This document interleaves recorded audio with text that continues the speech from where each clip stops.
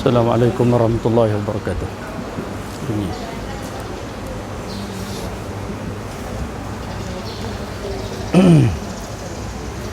Alhamdulillahirabbil alamin wassalatu wassalamu ala asyrafil anbiya wal mursalin sayyidina Muhammadin wa ala alihi wa sahbihi ajma'in.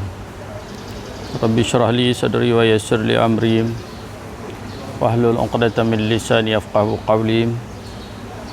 La haula wa la quwwata illa billahil aliyyil azim. La haula wa la quwwata illa billahil aliyyil azim.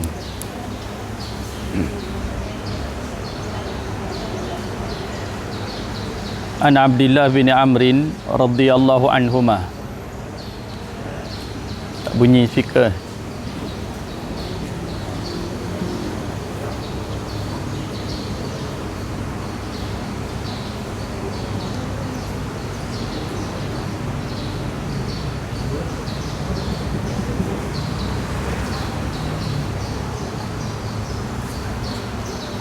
An Nabi sallallahu alaihi wasallam qala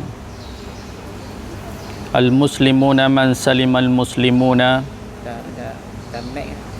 Dekat dah, buka kuat ya sana. Dah mic.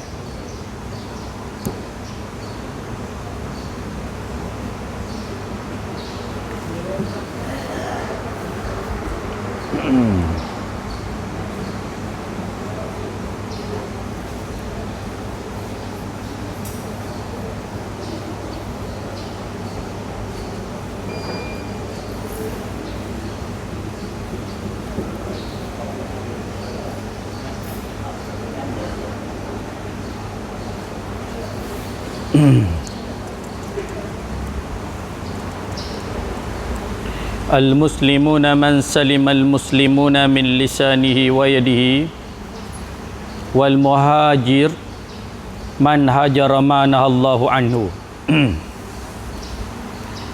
Daripada Abdullah bin Amr, daripada Abdullah bin Amr radhiyallahu anhuma, daripada Nabi sallallahu alaihi wasallam sabdanya, seorang muslim yang sempurna Islamnya ialah yang terselamat orang-orang Islam daripada lidahnya dan tangannya.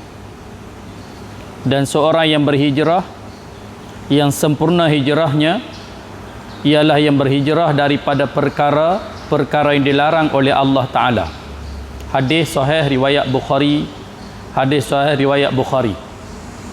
Hadis yang keempat. Betul ya tentu? Orang Islam yang sempurna Islamnya ialah orang yang terselamat lidahnya, yakni orang yang pandai jaga lidah. Kadang-kadang kuat buat ibadat tetapi lidah dia tak pandai jaga. Dia nak bercakap apa, dia nak kata apa, dia main lepas ya. Ini orang Islam yang tak sempurna Islam dia. Yang keduanya, orang yang pandai jaga tangan, menyakiti orang dengan tangan. Nombor satu sekali, sakit dengan lidah. Orang Islam yang sempurna Islam dia jaga lidah dia. Satu perkataan yang nak keluar daripada mulut, dia fikir mungkin perkataan tu menyakiti orang lain. Kerana lidah ni dia lebih tajam daripada mata pedang. Kalau kita kena parang, luka sakit. Kalau luka teruk tu berubat lama-lama dia tinggal parut.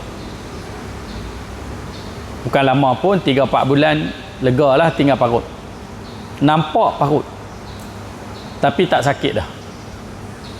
Tapi luka dengan sebab lidah, setahun tak lega lagi, 10 tahun tak lega lagi, kadang-kadang sampai mati. Bila perkataan orang, lidah orang dia pergi kata benda-benda yang menyakitkan. Bahkan dengan sebab lidah ni boleh berlakunya peperangan, berlakunya bunuh-membunuh dan sebagainya. Sebab tu orang Islam kena jaga lidah bagi elok. Jangan bercakap benda yang tak perlu. Itu juga orang Islam kena jaga tangan. Dulu tangan dia tolak orang dalam majlis ramai-ramai. Dia ambil harta orang menggunakan tangan. Hari ini juga tangan juga mengganti lidah. Dengan tangan dia boleh tulis, dia duduk dalam bilik dia boleh tulis, Dia boleh kata apa yang dia nak kata. Kadang dengan tangan dia tulis boleh menyakiti orang lain. Itu. Baik. Hadis sahih riwayat Bukhari. Ditegaskan lagi dalam hadis berikut. An Abi Hurairah radhiyallahu anhu qala Rasulullah sallallahu alaihi wasallam al-muslimu man salimal muslimuna min lisani wa yadihi wal mu'minu man aminahu an-nas ala dima'ihim wa amwalihim, rawahu Tirmizi. Daripada Abu Hurairah radhiyallahu anhu katanya, Rasulullah sallallahu alaihi wasallam bersabda, seseorang muslim yang sempurna Islamnya ialah yang terselamat orang-orang Islam daripada lidah dan tangannya. Dan seseorang mukmin yang sempurna imannya ialah yang dipercayai oleh orang ramai. Yang ini sebagaimana seorang yang bersikap aman, damai dan amanah, dan terhadap keselamatan nyawa dan harta benda mereka. Hadis sahih, hadis hasan sahih riwayat Tirmizi.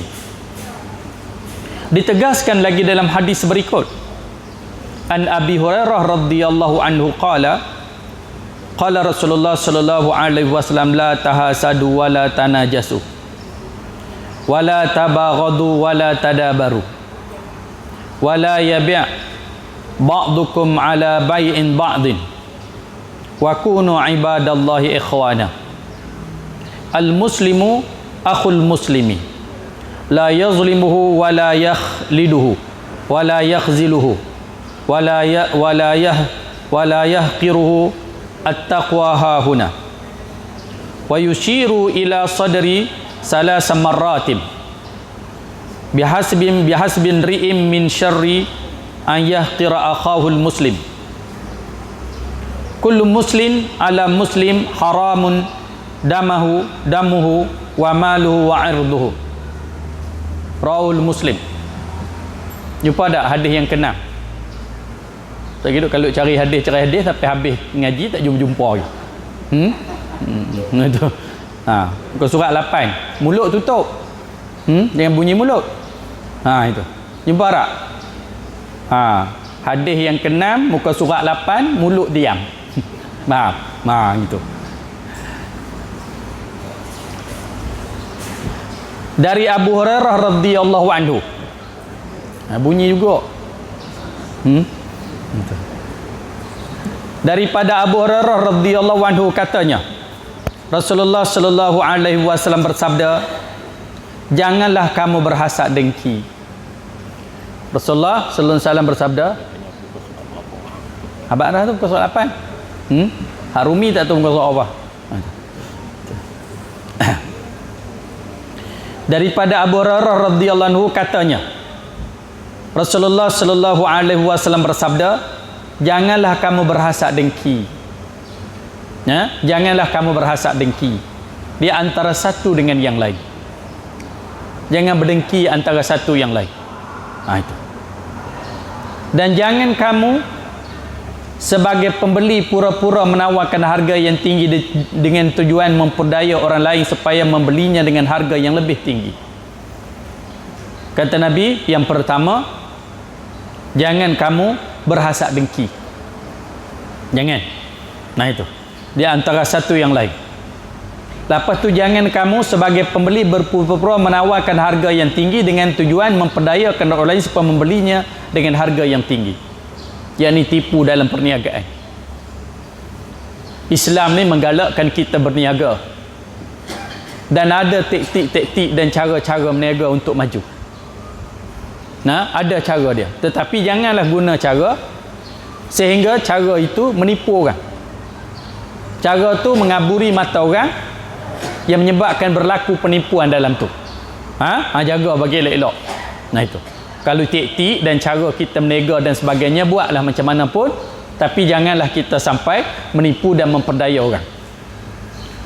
Dalam Islam ni ada hal-hal yang tertentu betul barang kita, tetapi ada bila berlaku keadaan tertentu wajib kita jual. Wajib kita jual. Kalau barang tu barang keperluan, macam contoh berlaku selalu minyak lah. Minyak, beras, apa lagi? Kadang-kadang barang tu cukup, dia sorok barang tu dulu. Sorok tu tujuan apa? Nak bagi orang jadi kelang kabut. Bila orang kelang kabut, barang tak ada orang serbu beli dengan harga yang mahal, lalu dia buat keluar barang tu. Tujuannya ialah nak mempermainkan, manipulasi lah orang panggil. Dalam Islam, perniagaan digalakkan dalam Islam. Tapi jangan sampai menipu, jangan buat orang sampai jadi kelang kabut. Betul barang tu barang kamu, ada kala dan ada kalanya wajib dia jual. Kalau sekiranya barang itu barang menjadi keperluan orang dan orang pun dah jadi kelang kabut. Itu. Jadi hari ini ekonomi dipegang oleh orang bukan Islam. Dan dia bukan reti hukum hakam. Dia kira nak untung saja. Kadang-kadang bila dia duduk kat dia aja. Dia nak naik, nak turun barang, duduk kat dia. Dia sekat barang tu orang jadi kelang kabut, mahal mana pun orang beli. Lalu akhirnya bila barang tu betul-betul mahal, baru dia buat keluar. Tujuannya nak menekankan orang lain. Sebab tu sepatutnya kuasa ekonomi ni dipegang oleh orang Islam. Orang Islam dia sedar, dia ada tanggungjawab dia, dia ada hal haram dia. Jadi kafir ni oleh kerana orang Islam ni tak ambil tahu, tak apa peduli sangat dalam ekonomi ni dia pegang, dia menyebabkan ada hal-hal yang tertentu kita jadi susah dan terpaksa kena tunduk, kena ikut dia nak buat macam mana sekalipun. Itu orang Islam yang sempurna Islamnya, dia tak berdengki dan dia tak buat benda orang panggil hak disebut sini membeli harga yang mahal supaya benda tu jadi lagi mahal. Itu jangan. Itu baik. Dan janganlah kamu benci membenci. Nabi pesan, janganlah kamu benci membenci.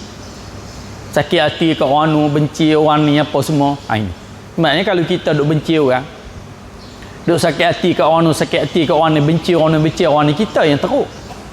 Kita yang teruk. Sebab tu Islam ajar maaf. Bila kita maaf, kita akan dapat ketenangan. Tak usah kira lah siapa salah. Itu. Kadang-kadang duk bela benda tu, duk peram, benda lu anti perut, yang menyebabkan kita jadi susah hati. Itu yang jadi kelang kabut, jadi penyakit macam-macam apa semua tu, yang mati cepat tu, hidup tak tenang. Sebab tu jangan kamu benci membenci. Sebab tu Islam ajar supaya kita ni berkasih sayang antara satu sama lain. Itu. Baik. Atau bermusuhan. Bermusuhan, jangan bermusuhan. Itu. Dan janganlah kamu putuskan hubungan mesra. Janganlah kamu putuskan hubungan mesra, yakni silaturahim. Pulau memulau sesama sendiri.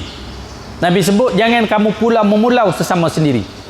Pulau puak ni, pulau puak ni. Orang Islam tak boleh begitu. Dan jangan kamu sebagai penjual memotong jalan penjual. Jangan kamu sebagai penjual memotong jalan penjual yang lain. Nabi nasihat juga dalam bab jual beli ni. Dulu orang Islam menguasai jual beli, Nabi ajar itu. Jangan kamu sebagai penjual memotong penjual orang lain. Orang panggil ni bersaing dah dengan baik. Ni duk lawan penjatuh aku. Tak boleh duduk dekat-dekat. Kadang-kadang kafir boleh duduk dekat-dekat pula. Kita duduk dekat-dekat ni, menega ni pakai dua kali. Hang kata aku kata kat hang. Hang penjatuh aku penjatuh hang. Kena hak jenis tak tahu hala pula, tak reti apa pula, pergi cari bomo siam pula. Pergi buat kedai orang ni, buat kedai orang ni. Yang kawan ni pula, orang tak buat pun kedai dia pergi tuduh kata orang buat. Dia bertuduh kata orang buat. Orang duk lalu kedai aku kata tutup pada aku buka hari-hari. Aku buka hari-hari. Itu. Itulah penyakit orang menega. Akhirnya semua pakai sakit. Sakit apa? Sakit jiwa. Perasaan tak tenang, tak aman. Sedangkan menega ni satu jihad. Tapi duk lawan penjatuh aku, kita pun tak pernah senang. Tu cerita. Kadang pelajar percaya benda-benda khurafat pun masalah juga. Dia masuk tengok kedai dia ada rambut banyak, dia kata siapa mai tahu orang buat tak tahu hala pula. Pada tu orang bubuh macam-macam, kadang-kadang dia pi tu. Tengok ada dengan kain putih lah, puluk apa berah kunyit lah duk penuh kedai dia, mula dia kelang kabut apa semua. Gitu. Orang buat lagu tu mungkin orang buat. Tapi buat tu sebenarnya nak bagi kita kelang kabut je. Tapi kalau orang duk buat nanya kat kita, takkan nak bagi kita nampak benda tu semua. Tak? Kena buat nanya lah, kata nak buat sihir lah, dia buat sesengak begitu saja, dia lebih penuh kedai kita tu buat dia. Tu cerita dia. Mungkin tak, mungkin kalau buat pun saja buat nak bagi kita jadi kelang kabut. Jadi keluk, jadi resah, jadi apa semua. Padahal kalau dia nak buat betul-betul, takkan dia nak bagi kita nampak. Tu cerita dia. Sebab tu buat kat orang pun jangan. Lepas tu pergi tuduh orang ni buat pun jangan. Tu cerita dia. Kalau pergi percaya sangat, kita kadang-kadang tu yang jadi susah. Jadi susah. Ni yang banyaklah berlaku pergaduhan sekarang. Kadang-kadang bergaduh menantu dengan mak mentua, dia kata mak mentua dia buat kat dia. Tanya, hang tahu di mana? Aku pergi tengok kat Tok Bomo. Tok Bomo kata buat. Yang dia percaya Tok Bomo tu lah. Tu yang masalah. Padahal kita ni bukan boleh nak, tak ada orang pun tahu benda gaib ni. Hanya Allah Ta'ala saja tahu benda gaib. Hanya Allah Ta'ala tahu benda gaib. Tak dia kata saya pergi menengok, pergi tilik tengok. Pergi menengok, tilik tengok tu pun haram. Dia kata tak kok belah nu, dia kata kok belah Perlis, kok belah Perak nu ada orang reti. Dia pun pergi balik sana. Nak pergi tengok siapa buat kat dia, duk sakit. Jamak pula tu semayang tengah jalan. Sedangkan perjalanan tu perjalanan maksiat, nak pergi menengok orang nu buat, orang ni buat. Tak sah jamak qasar ni, tak sah dah. Nak pergi menengok tu haram. Tak ada lah Islam tengok, menengok, tilik, menilik ni tak ada. Ni amalan-amalan syirik. Dibuat oleh musyrikin dulu, orang kafir. Dia kata tak, Tok Bomo tu baca bismillah, selawat elok. Syaitan pun pandai baca bismillah. Iblis pun pandai baca Fatihah. Semua. Tak payah. Kalau sakit, berubat. Tapi tuduh orang ni buat, orang ni buat, jadi masalah. Tok Bomo pula bila dia pergi menengok, dia bukan nak cerita dia buat, orang buat. Kat hang ni orang dekat dengan hang je. Hak gemuk-gemuk, rambut rintin-rintin. Lalu lagu tu dia tak habaq ni hak buat kat hang, orang nama tu nombor IC dia ni dia. Nombor rumah dia ni dia ni, ikut ni. Ni ikut aku bagi nombor IC dia sekali. Tak. Dia habaq orang buat kat hang ni orang gemuk-gemuk, rambut rintin-rintin, hitam-hitam. Dia pejam celek tengok gemuk-gemuk, rambut rintin, hitam-hitam tu apa dia? Mak mentua dia. Boleh tuduh mak mentua berkelahi dengan mak mentua. Banyaklah. Dulu kadang berkelahi mai. Banyak depan saya apa dah.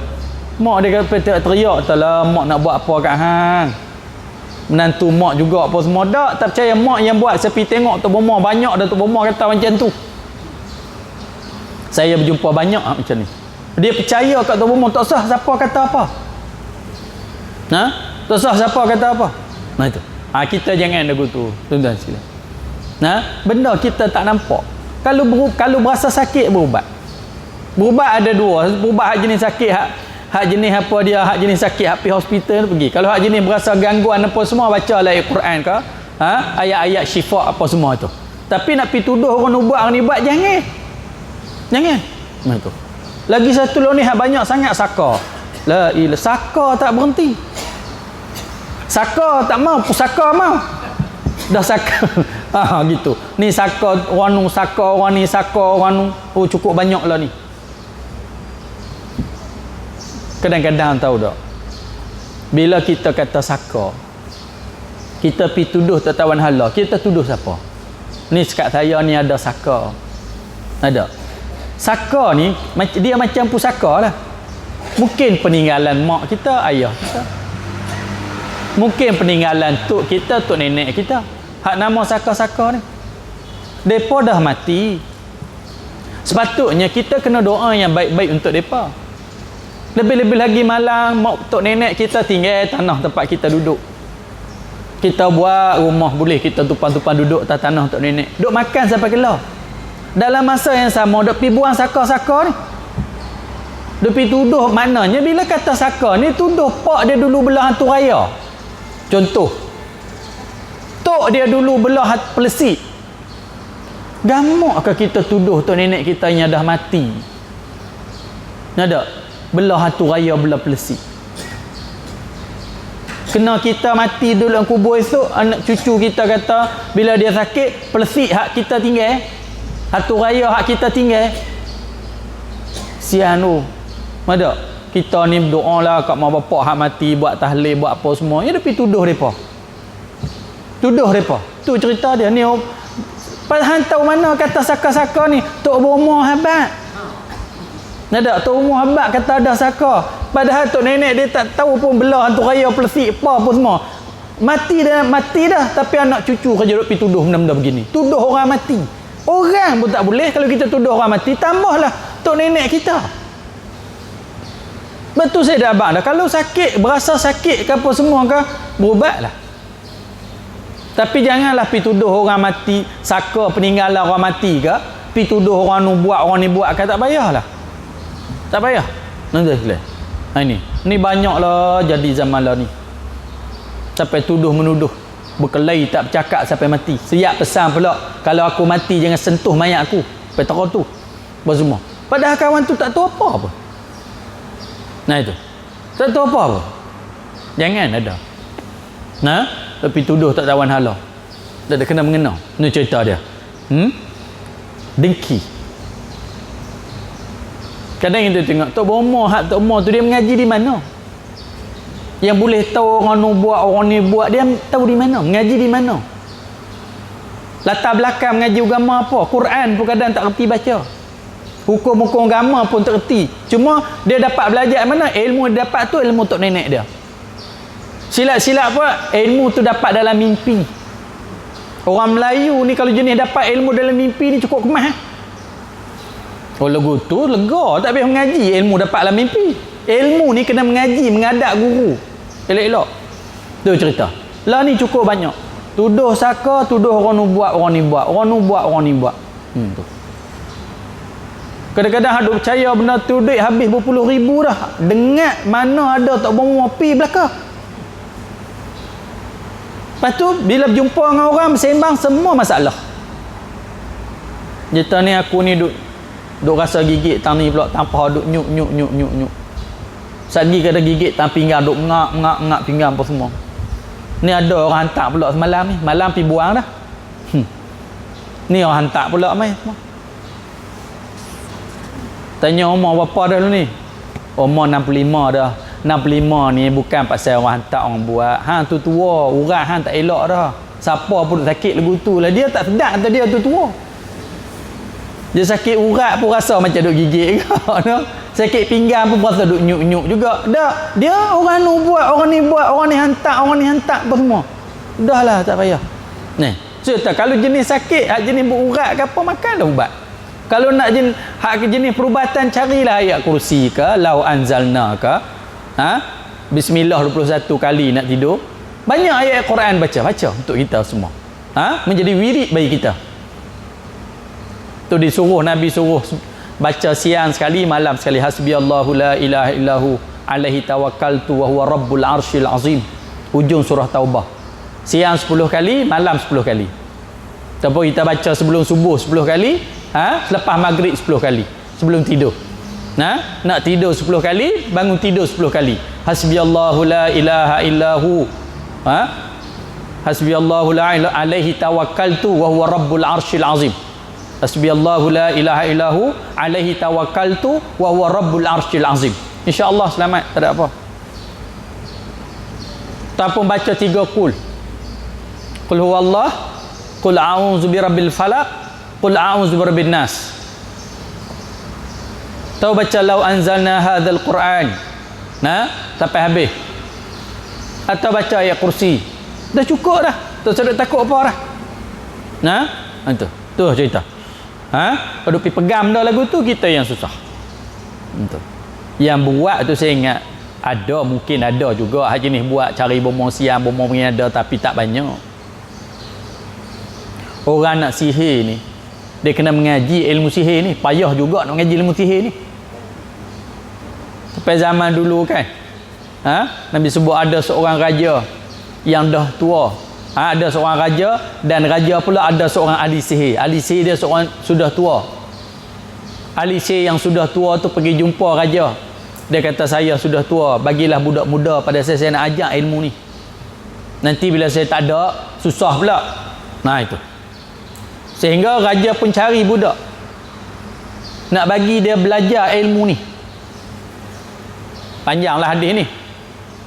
Sehingga budak ni masa dia nak pergi, dia singgah, dia jumpa rahib. Rahib ni orang alim lah. Dia mengaji kat rahib ni dulu. Orang alim dulu, tok guru dulu, mengaji. Lepas tu baru dia pergi mengaji ilmu sihir. Itu. Lepas pada tu dia bimbang pula. Setiap kali dia pergi mengaji ilmu sihir, dia sampai lambat. Setiap kali dia mengaji ilmu sihir, dia sampai lambat.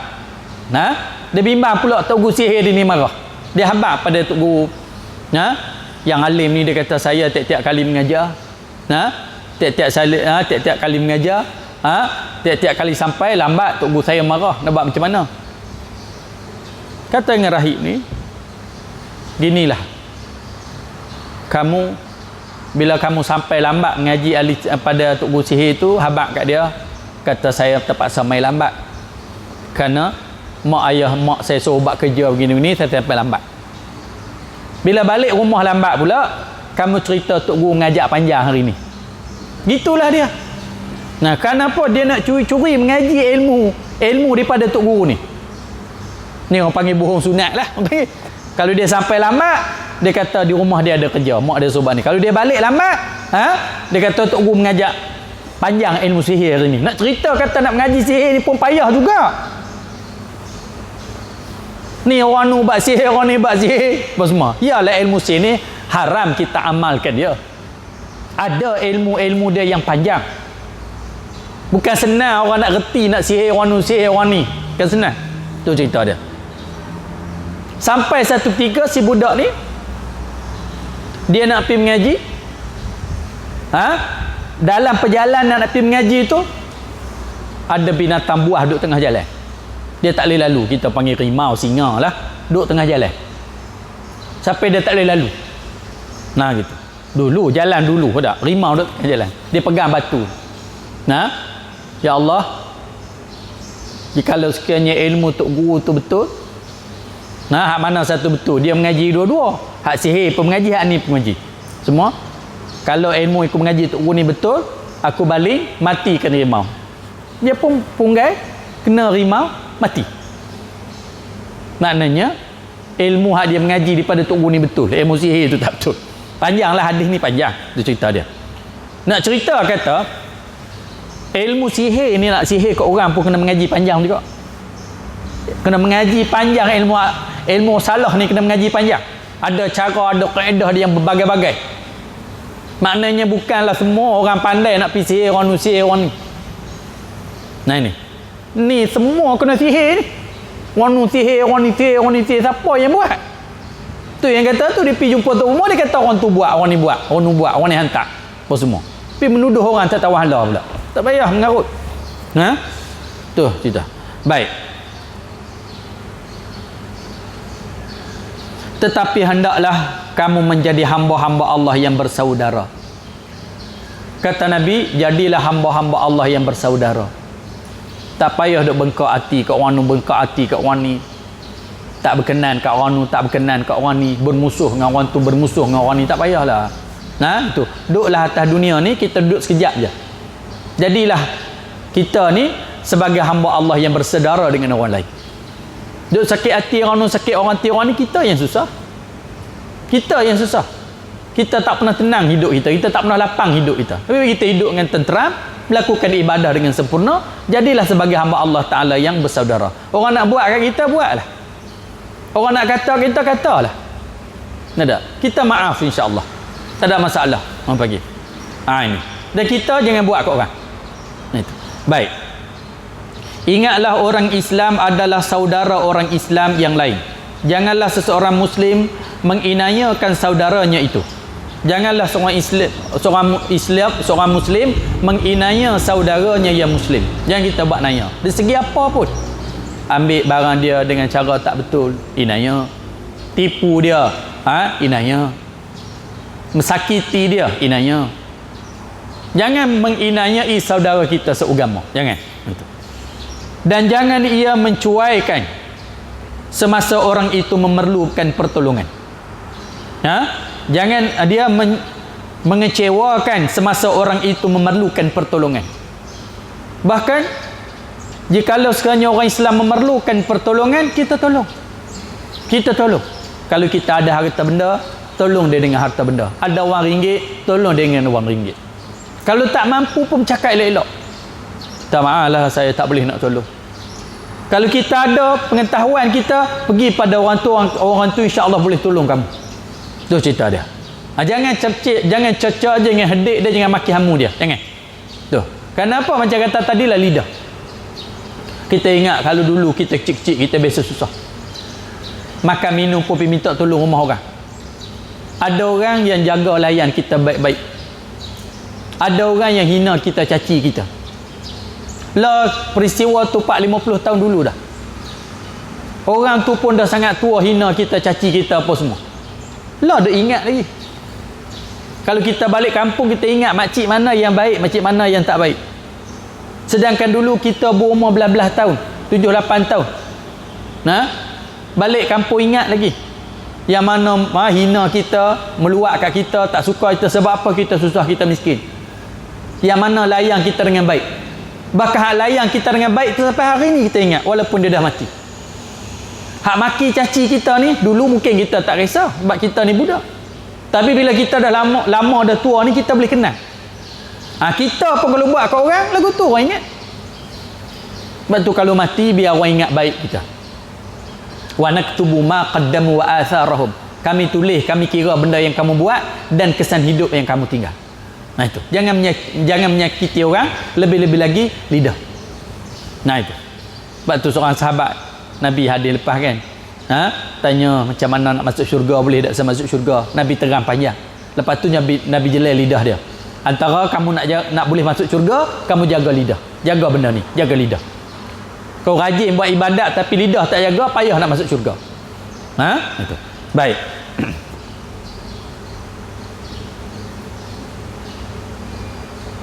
Dan juga janganlah ia memandang rendah kepadanya apa yang lagi, dan juga janganlah ia memandang rendah kepadanya apalagi menghinakannya. Sebenarnya takwa itu tempatnya di sini. Baginda menegaskan demikian sambil menunjukkan kepada dadanya 3 kali. Nabi kata takwa di sini, takwa di sini, takwa di sini. Nabi tunjuk di dada dia 3 kali. Nabi sebut takwa di sini, takwa di sini, takwa di sini. Maksud apa? Di hati. Itu takwa. Sebab tu kita kalau orang tanya, hai Islam, hang beriman, hang bertakwa tak? Kita diam sekejap. Sebab apa? Tak ada orang lain yang kenal diri ni kecuali kita sendiri. Sebab tu hari Jumaat tak seru. Jadi kamu orang Islam, sebab memang semua Islam. Jadi kamu orang beriman, kita beriman. Ittaqullah, jadilah bertakwalah kamu kepada Allah. Kenapa? Nak jadi hamba Allah yang bertakwa ni susah. Orang Islam yang bertakwa. Takwa ni apa dia? Dia sedar diri dia. Dia banyak dosa, tu sifat takwa. Dia rasa jauh diri dengan Allah, sifat takwa. Merasa malu depan Allah Ta'ala, sifat takwa. Tu, sifat takwa. Merendah diri, sifat takwa. Itu.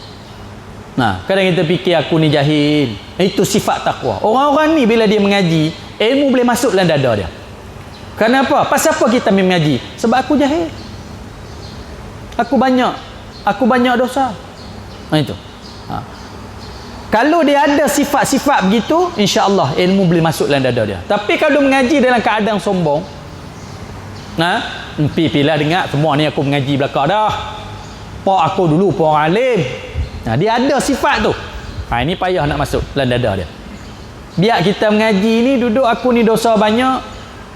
Banyak lagi benda aku jahil. Kawan-kawan mati ramai dah. Aku pun nak hidup berapa hari lagi tak tahulah. Mengaji dengan sifat begitu, insya-Allah ilmu mudah masuk dalam dada. Allah sebut zalikal kitab la raiba fi hudan lil muttaqin. Ini kitab tidak ada ragu-ragu, petunjuk bagi orang yang bertakwa. Itu cerita dia. Baik.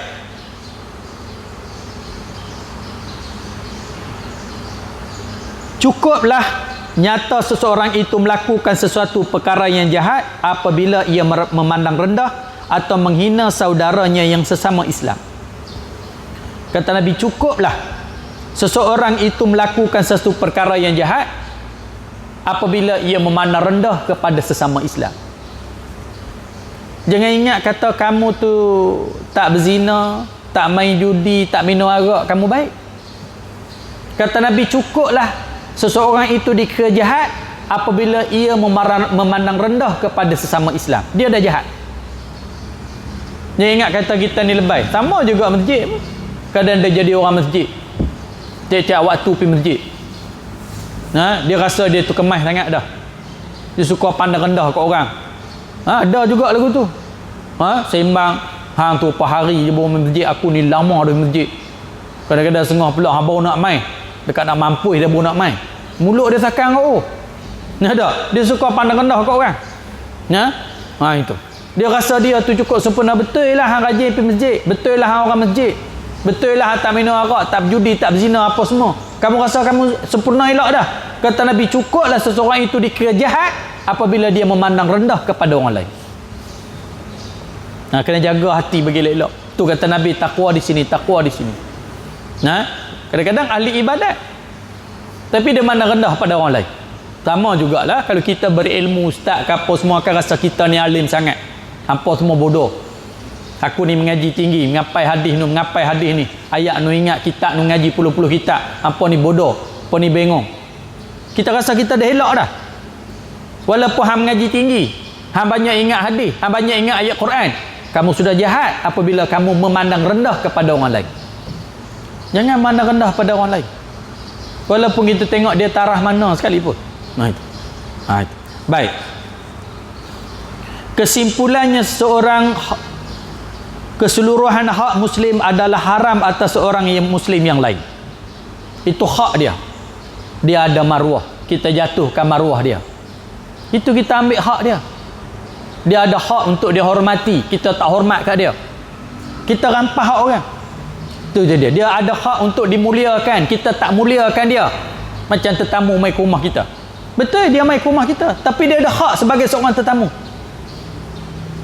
Dia ada hak sebagai seorang tetamu. Selama 3 hari kita kena layan dia, kita kena beri makan pada sekadar mana kita mampu. Itu hak dia. Betul lah, itu rumah kita. Kita nak beri makan, kita nak layan macam mana apa semua. Tak, dia tetamu kita. Walaupun dia tu siapa sekalipun, orang kaya ke orang miskin ke, jangan beza-beza. Seorang orang kaya pergi ke rumah dia, layan elok-elok. Layan elok-elok. Kawan-kawan hak kaya dengan geng-geng dia apa semua, kawan-kawan dia tu semua. Tapi kalau ada orang miskin, orang susah, dia buat lebih kurang. Layan tak layan, buat tak tahu apa semua. Itu kamu sudah dikejahat. Itu. Kawan pun kawan dengan geng-geng hak ada duit ni dia. Hak kaya aja. Itu. Hak geng-geng miskin, geng susah tak mau kawan. Pasal apa aku orang kaya mana layak kawan dengan kamu? Betul hang tak makan riba, betul hang tak minum arak, betul hang tak main judi, betul hang tak berzina sana, berzina sini. Kamu dah kira jahat apabila kamu memandang rendah kepada orang lain. Memandang rendah pada orang lain. Itu cerita dia. Kadang pinggang di rumah pun berbeza. Ni pinggang untuk orang kaya, ni pinggang untuk orang miskin, ni meja untuk orang kaya, ni meja untuk orang miskin, ni hidangan untuk orang kaya, ni hidangan untuk orang miskin. Ni dah jahat. Semua kita ni sebagai hamba Allah Subhanahu wa ta'ala. Sebagai hamba Allah Subhanahu wa ta'ala. Bila dia mai ke rumah kita, dia sebagai tetamu kita. Dan dia berhak mendapat layanan daripada kita. Tu cerita dia. Ingat kita ni baik dah. Kita boleh masuk syurga dengan sebab haji kita. Kita boleh masuk syurga dengan sebab kita ulang alik pergi masjid. Kita boleh masuk syurga dah dengan sebab lebay kita. Ingat, kamu masih lagi dikira orang jahat, kata Nabi. Kalau kamu suka memandang rendah pada orang ni. Itu cerita dia. Baik, kesimpulannya, keseluruhan hak seorang muslim adalah haram atas muslim yang lain bertindak terhadapnya menurut cara yang tidak dibenarkan oleh syarak, iaitu darahnya. Kena jaga darahnya. Sebab tu dalam Islam ni tahu, kita pegang parang, esok takik dengan parang ni hantau. Tak boleh. Haram. Itu. Walaupun anak kita. Benda-benda yang tajam jangan. Orang tua kadang dulu ni, aku pegang cangkul itu kepala hang mampu. Darah dia orang Islam. Betul lah anak kita. Jangan kita acu benda-benda yang tajam. Baik. Dan tubuh badannya. Jaga darah, nyawa dia, jaga tubuh badan dia dan kehormatannya. Kehormatan maksudnya maruah. Semua orang ada maruah. Jangan hina dia. Kerana dia ada maruah. Itu. Hadis sahih riwayat Muslim. Dalam hadis yang berikut ditegaskan lagi, an Salim an abihi radhiyallahu anhuma anna Rasulullah sallallahu alaihi wasallam qala al muslimu akhul muslimi la yazlimuhu wa la yuslimuhu man kana fi hajatihi akhihi kana Allahu fi hajatihi wa man farraja anil muslim kurbatan farrajallahu anhu kurbatan min kurabil yaumil qiyamah wa man satara musliman satarahullahu yaumal qiyamah, rawahul Muslim. Daripada Salim, daripada bapaknya radhiyallahu anhuma, bahawa Rasulullah sallallahu alaihi wasallam bersabda, orang Islam ialah saudara orang Islam yang lain. Orang Islam ialah saudara orang Islam yang lain. Dia saudara kita. Kita baca tahiyat, kita baca apa? Assalamu alayka ayyuhan nabiyyu wa rahmatullahi wa barakatuh.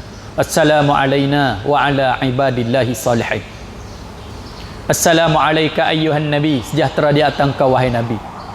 Kita bagi salam kat nabi. Setiap kali kita baca tahiyat, kita bagi salam kat nabi. Mau kita sedar ke tak sedar? Assalamu alayka, kita guna ka. Ka ni makna orang duduk depan kita. Sebab tu bila kita sebut assalamu alayka, kita kena rasa seolah-olah nabi duduk depan kita. Sejahtera di atas engkau ayyuhan nabi, wahai nabi. Itu. Lepas tu sebut assalamu alayna.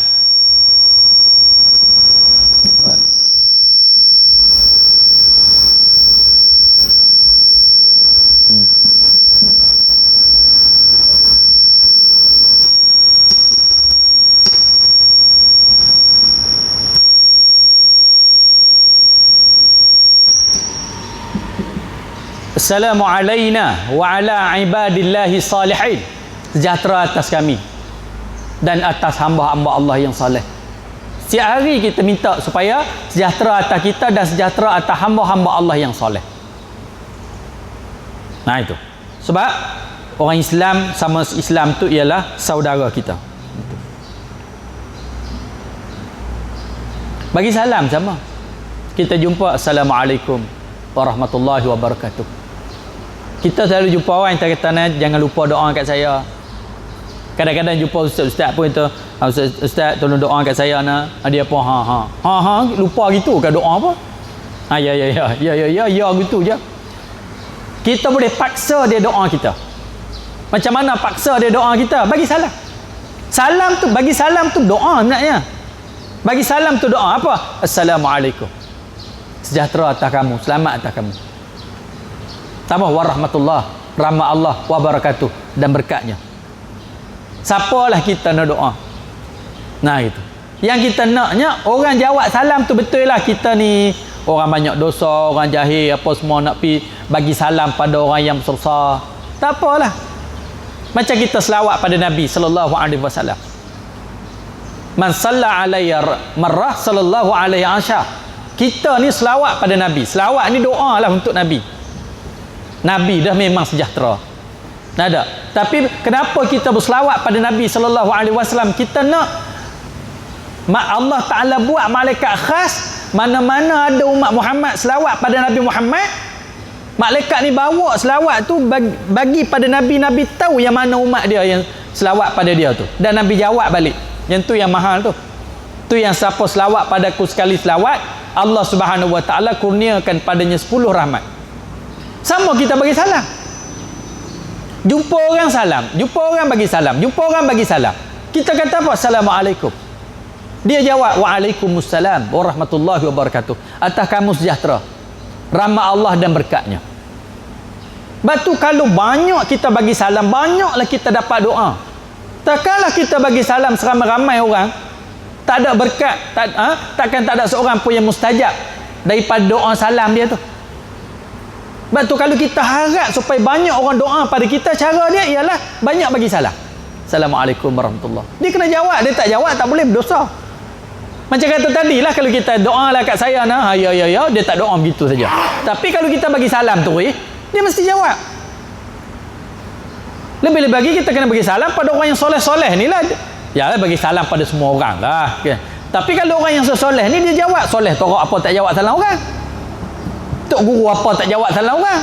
Tok Guru kata balik, waalaikumsalam, kamu selamat, warahmatullah, kamu dapat rahmat Allah, wabarakatuh, kamu diberkati. Itu. Jadi cari pula salam, jawab salam orang tu, bagi salam orang ni. Jadi kita insya-Allah sentiasa dapat doa keselamatan daripada orang-orang yang kita bagi salam. Tak kira lah siapa pun. Itu cerita dia. Baik.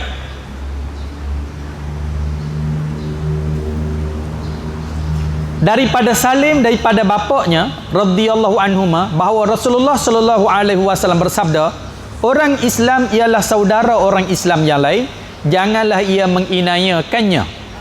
Janganlah ia menginayakannya. Menginaya saudara sesama Islam tu. Jangan. Itu. Dan jangan juga ia membiarkannya diinayakan oleh pihak musuh. Jangan dia membiar. Kita jangan naya pada saudara seagama kita, dan kita juga jangan biar saudara kita diinaya oleh pihak musuh. Jangan. Sakat mana kita boleh tolong, kita boleh bantu, kita bantu. Tolong bantu. Sakat mana boleh bantu, sekadar mana kita mampu. Kita jangan inaya pada dia, dan jangan bagi orang lain buat naya kat dia. Itu. Dunia ni kalau semua orang pakai ikut hadis Nabi sallallahu alaihi wasallam, insya-Allah selamatlah. Itu.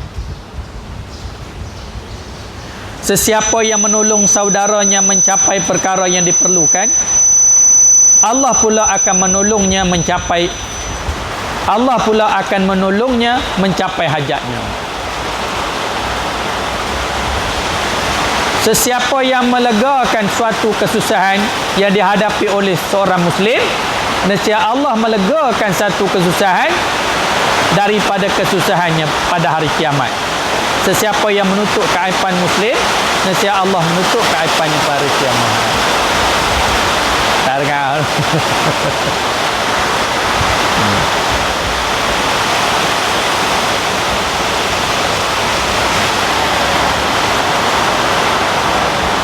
Cukup lah kot no. Pergi balik lah. Cukup lah, tak apa sama. Tu 10 elak lah.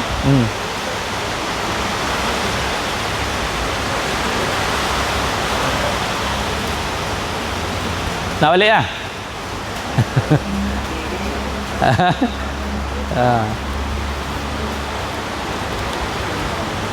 Tak dengar. Telah aku 10 ana. Tak apa, itu penting itu dulu. Lebih lanjut diterangkan dalam berikut insya-Allah. Wallahu subhanahu wa ta'ala. Bismillahirrahmanirrahim. Allahumma salli ala Muhammad. Allahumma inna nas'aluka 'uluman nafi'ah wa arzaqan wasi'ah, amalan salihah, sa'adatan darain, husnul khawatim, taqwa rizqin. Allahumma nawwir qulubana bi nuri hidayatika kama ta'arda bi nuri syamsika abadan abada bi rahmatika. Rabbana la tuzigh qulubana ba'da idh hadaytana wa hab lana min ladunka rahmatan. Rabbana atina fid dunya hasanah wa fil akhirati hasanah. Wa sallallahu ala sayyidina Muhammad wa ala alihi wa sahbihi ajma'in. Alhamdulillahirabbil alamin.